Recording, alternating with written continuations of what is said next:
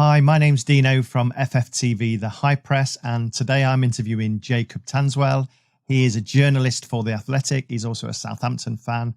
He's previously spent 3 years writing on South Coast football, working as a sports journalist for Reach PLC. And in 2021, he was awarded the Football Writers Association Student Football Writer of the Year.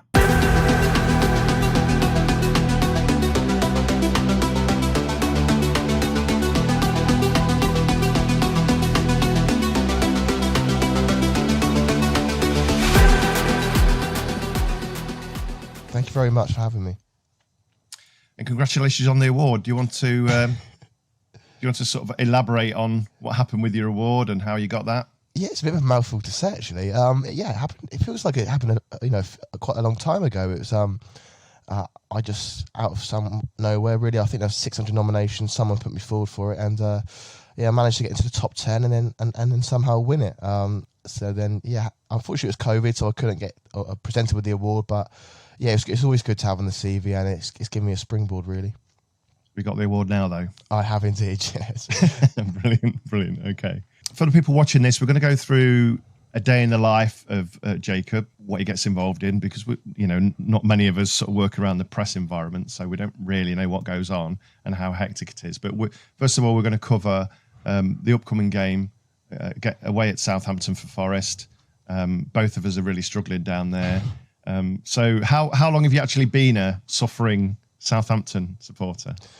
Over 2 decades now. It's been difficult. I think you guys know as well how when you're in the Championship and you're fighting to get out of it, it's difficult. But luckily for Southampton, that they were only in the Championship for one season when they got promoted from League One. So Championship football didn't quite have the same toil. But then, Premier League is just constant ups and downs, and Southampton aren't your typical mid to lower table team. They're not that very consistent. They go on peaks and troughs. They lose 6 in a row, and then they win 4 of the next 6, and that kind of guarantees them survival. And most of the time, they lose. So they're completely streaky, and it's just really difficult to judge if you're a supporter, if you're a journalist, even if you're a manager. You don't really know or can't gauge how good they actually are. You've been kicking around the Premier League for about 18 seasons in total, haven't you? I know you had a relegation in 2011-12.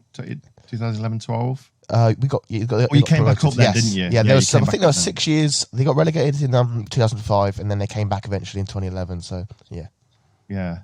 So how do you see your chances of staying up this year? I think they're probably the lowest they've been since Southampton returned to getting to the Premier League. There's a lot of issues at Southampton. I think you've always had something to point to, some sort of optimism going into the new year. I think Ralph Hasenhüttl had done an incredible job of keeping Southampton up, because everyone knew they didn't have any finances, they didn't have any resources to invest, especially with the rest of the Premier League. But he was such a vibrant leader. He could win games by himself, and everyone had that. The issue was towards the end, Hasenhüttl just ran out of energy, ran out of ideas, and the change had to be made. And unfortunately for Southampton, at the moment, there's no new manager bounce. And that's the most worrying thing heading into the new year. There's a real lack of goals in the team. I think Shea Adams is the only goal scorer they've got. They're in desperate need for a striker. They've kept one clean sheet all season. So they've got the most chronic and worst issue in football. They can't defend, then they can't score. So that's probably the reason why Southampton fans are so downtrodden at the moment. So you just mentioned there the new manager bounce. What are the fans? I mean, this is a question from FFTV Simon. Yeah. What do the fans think about Nathan Jones, and is the right appointment? Do you think he'll be backed in the January transfer window? Do you think he'll even be there?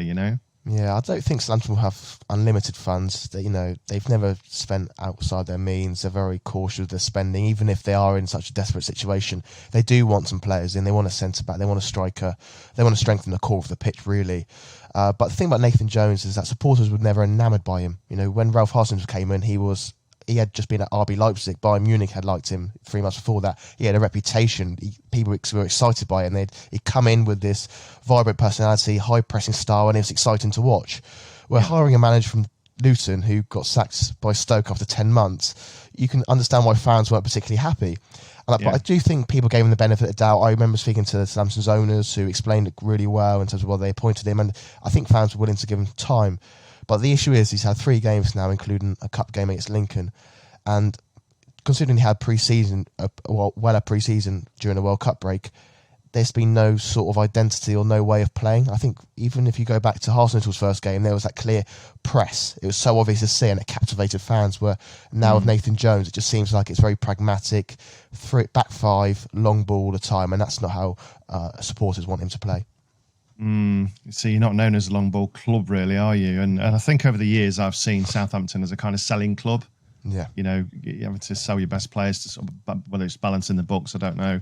So you're not a fan of his play style.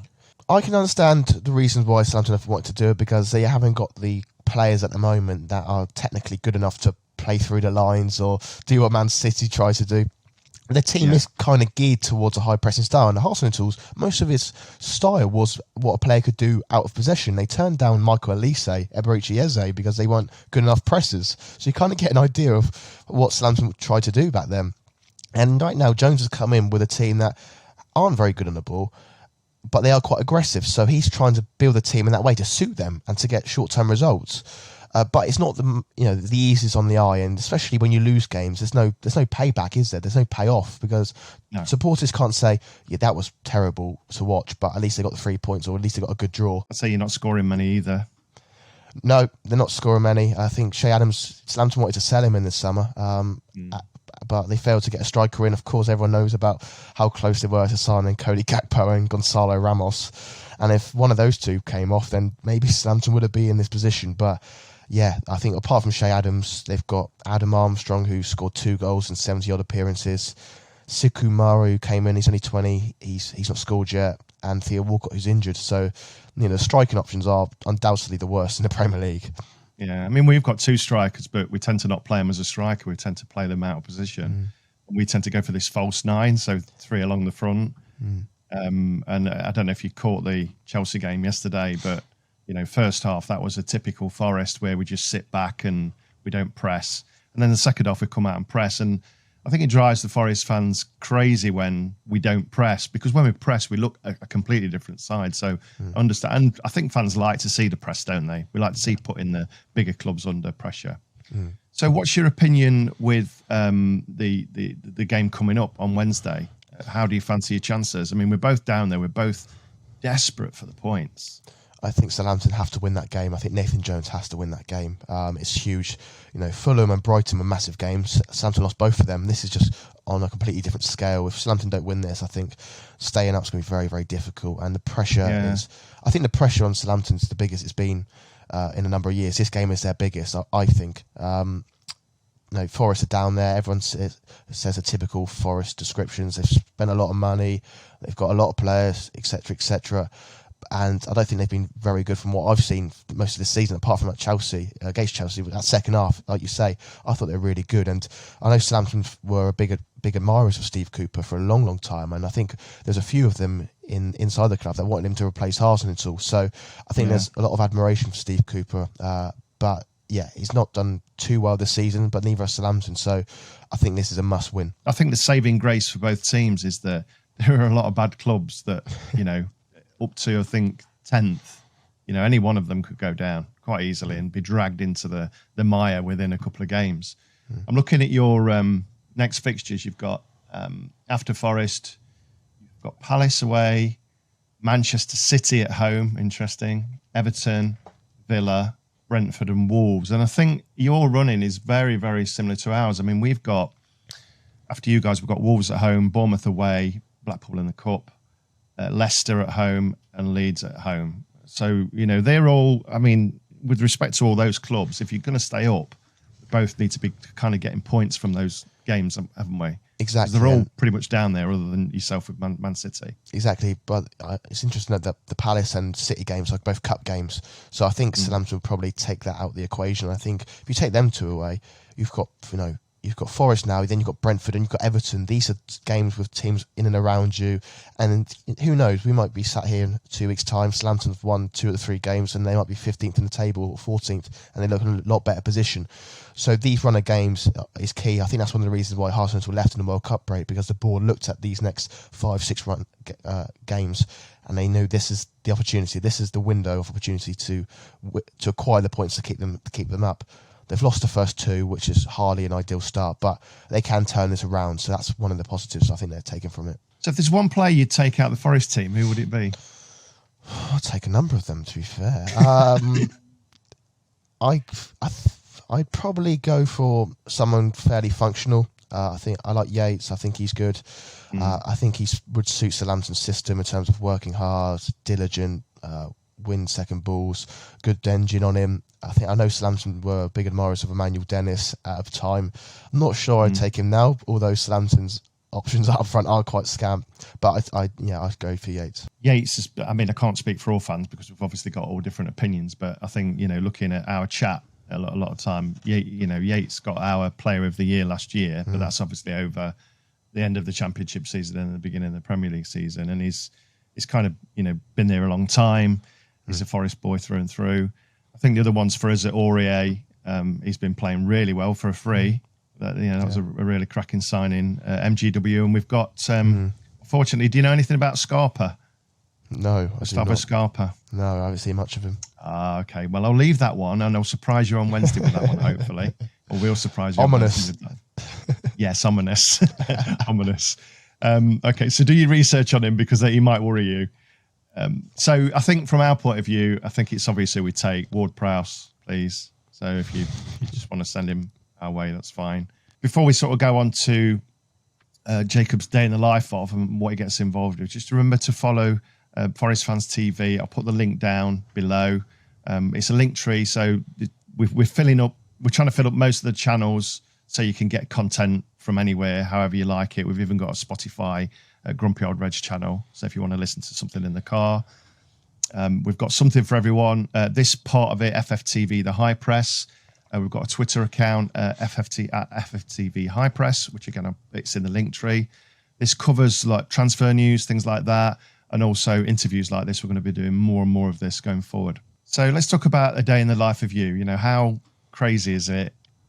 Where does it start? Where does it end? Does it ever end? Are you working all day? Are you constantly on social media picking up content? How does it work? Because, I don't know. I work with journalists in my business, but I don't know what your day's like. Do you know, it's very weird. A lot of people ask me, is it a 9 to 5? And I can't really explain it. It's just very all-consuming. I think there's times where you wake up in the morning, you've got a very clear idea of what you want to do. You think, I've got to write this, I've got to file this by a certain time. I'm going to look at this today. Where that might be tactical analysis, that might be a piece on a long-term feature piece that you're working on for mid-March, April, and that is only if it's a quiet day, so there's nothing happening immediately. But then you have messages on WhatsApp, you have calls, and all of a sudden your day goes from fairly serene and fairly calm, thinking that you'll finish at 5, to thinking you're going to be working till 8 and 9 at night. And there's always something going on at Southampton at the moment, especially. So it's difficult to say. Sometimes during the day there's nothing really to do because you've got everything ready to go. You might do a little bit of planning ahead, but nothing's urgent. And then all of a sudden you get a whisper of something and you've got to go chasing for it, and it might take hours, might take days, but you're working full speed really. In terms of social media, obviously Twitter and other social media platforms are key to establish contacts and media, to gauge fan opinion. But I think if you go on Twitter all day, it kind of becomes a little bit toxic. It becomes all-consuming and you get sucked into it. So you do have to have some respite at some points. But a lot of the time you are going around meeting people, meeting contacts, building relationships, and getting the information that that fans want. So it's not necessary to do a transfer, for example. It could be if I'm doing a piece on how Southampton are playing out from the back. This is not just going to be my personal opinion. I might have to speak to someone inside the club to gauge that and gauge the intricacies and the nuances of why they're playing out from the back. So there's a lot of detail you're always having to find, and you can never rest easy at a Premier League club who sell, who buy, and there's a lot of changes throughout the infrastructure. Yeah. How many pieces do you have to write per week, per month? So usually it's around three a week. Obviously that changes, every week really, depending on if there's transfers, if there's breaking stories. But yeah, it's usually 3 a week in terms of having a match piece and 2 big ideas. And these ideas will take, days, weeks to work on at points. You can't. Do you come up with the ideas, or is it like a team? Yeah, so I will put forward my ideas. Obviously, it's got to get okayed by my editor. We all have editors, separate editors, and then we go for it. And the editors do a great job in terms of helping you, giving you the tools. Whether that's through stats, through contacts, through numbers. They basically are there to guide you and to help you with anything you need. But a lot of the time, it is the writers' ideas that that are suggested and put forward. So how difficult is it to get into the club to get any? I think Forest are traditionally difficult to get into unless you're in that inner circle. Are you in the inner circle? Is it easy to get comments from the club and interviews, or? I don't think any journalist is ever really in the inner circle. I think if you're in the inner circle, you'd really be doing your job, because if you're in the inner circle, I think it suggests that you've got quite a cozy relationship and you're not going to, challenge these people. I think it's really important that you do. I think you obviously want to build relationships, but you've also got to understand at the same time that you can't just be a yes man or a spokesman for the club. So in terms of building relationships, you don't want to be one of those journalists that are purely clickbait, that are just doing it for headlines. You want to do it to inform the reader, and that's what we do at The Athletic. That's the most important thing. So I'm not going to go in and shake up something and put a story out there because it will do great hits. If I wanted to do that, it's quite straightforward to do. We'll get a lot more reads and a lot more subscribers, sadly, but this is not what our reputation is about. A reputation about well-informed opinion and news, really. So I think as long as the clubs understand that, and when I do speak to anyone at the club or I go to them for official comment, they understand I'm not trying to mug them off, so to speak.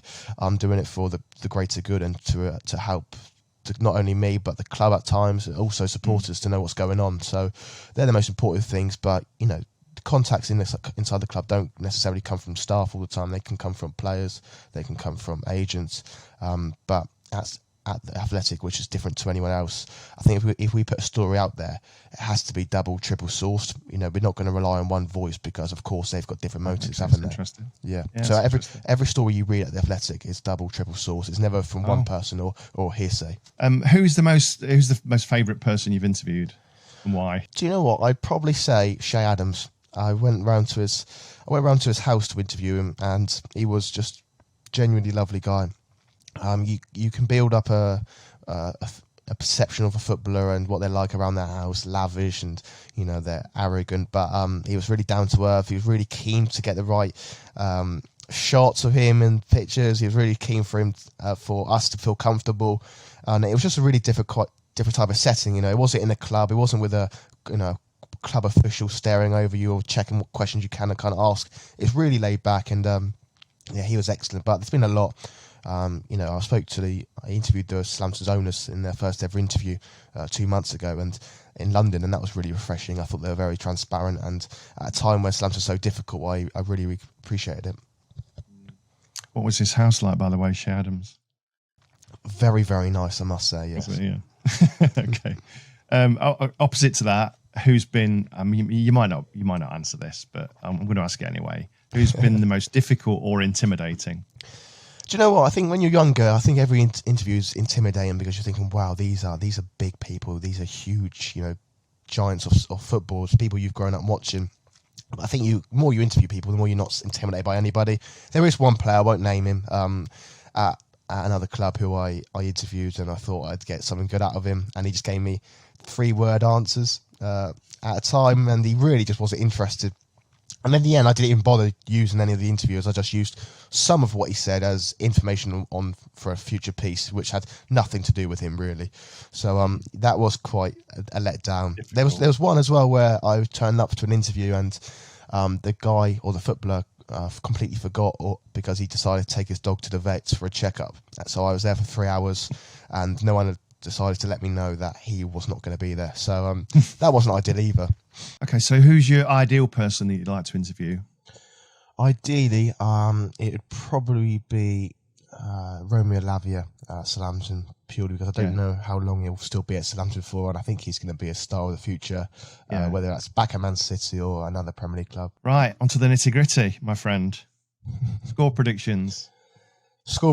I'm going to go for a 2-1 win to Southampton. I think I've always said Southampton will win 2-1 against every single team apart from Man City this season. So, yeah. But you've not scored 2 for a long time, have you? Oh, no, but I always feel like eventually Southampton will score 2 and eventually they will win. So if I keep saying it, then eventually it'll come true. Yeah, can't you save that for another game? They probably will. Yeah, I'll take if you know what, if we play like we did the second half against Chelsea, we will batter you. Oh, really? You're that confident? Yeah, I'll take 2-0, but you can't trust that to happen. So I'll take a 1-0 for Forest. I think either of those two results is going to be an absolute nightmare for Southampton and their supporters. Yeah, I think it's a nightmare for both of us losing. I think it'd be really interesting to see the atmosphere in the stadium if one of the teams go behind. Yeah, I mean, what's your atmosphere like? Is it fairly toxic or is it still very supportive? I mean, the Forest fans are just incredible. Yeah. You know, we can be getting battered and we'll be singing all day long. Yeah, Southampton's not quite like that. There's a lot of unrest at the moment. Right. I do feel, it doesn't have that every time Southampton play at home almost. It feels like they concede an early goal. So immediately the support and atmosphere is on the back foot. But yeah, it's not the warmest place to be at the moment. Right. Good. Wait till you hear Forest away support. They're amazing. Final questions. Messi or Ronaldo? Messi. Same. FA Cup winners or 17th? I put top 4 before, but I've changed it. 17th or FA Cup winners? FA Cup winners. You're in football. Really? You're in football to win trophies. It's fine. 17th. Does nothing really. Yeah, but you've been in that division for 18 years, on and off. It took 23 years for Forest to get back. So personally, I would take 17th place. Yeah, maybe I don't know about the rest of the Forest support, but favourite food? Pizza. Favourite drink? Coke. Diet or full fat? Has to be full fat. Oh, come on, man. We're just so opposition rivals. My goodness me. Best away ground you've ever visited? Oh, Luton. Luton? I loved Luton. Really? It's just so weird, isn't it? It's just such a quirky stadium. Yeah, it's a quirky stadium. You get lost, even though you're basically at the stadium. You get lost in all the houses. Yeah. Best away fans? Do you know what? I know it's quite an obvious one, but I'd probably say Manchester United.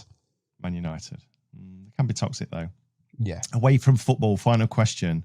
What do you do? What brings you happiness? When you're not doing your journo stuff, what are you doing? I like to go to the cinema a lot. I like to just try and de-stress and take my mind off it. I do try and go out every evening. I don't mean to the pub, but just doing an activity or whatever just to escape really. Otherwise, if I stay at home, I'll just be working all the time.